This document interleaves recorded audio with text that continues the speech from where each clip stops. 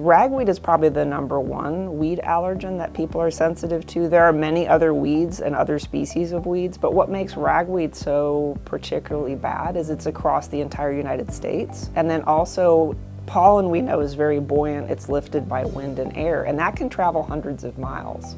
So if the conditions are right, you can see pollen even from another state, in addition to what you're seeing locally.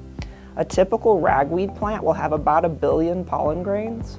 So it releases a lot into the atmosphere. So it's just how well it's producing the pollen that makes it such a bad actor. The other factor that's important to understand with pollen and ragweed in particular is there are studies that have actually shown that the increase in CO2 will make the plants grow larger and with more pollen production per plant. So remember, plants need CO2, they need carbon dioxide, and of course they need oxygen, but that growing climate that makes it warmer and more amenable for them to grow larger actually promotes pollen production. So one of the important points to consider is that about 80 million people in the country have nasal allergy symptoms. So this is very common. And there are a couple reasons why this occurs. The main reason is there are genetics for this. So often when you see people with nasal allergies, the child will have it, their parents will have it, their grandparents will have it. So it's something that's passed down through generations. But what people are allergic to is not genetically determined. So you have to have the gene for the allergy sensitization, but then what you get exposed to is what you become sensitive to.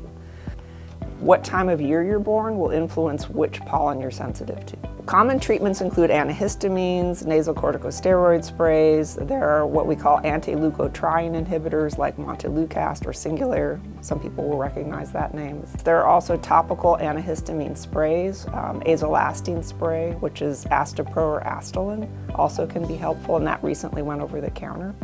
So the important thing about the treatments is that some of the treatments actually can work quickly, meaning you take it and it works within an hour or so of using it, but other treatments need to be started well ahead of the season.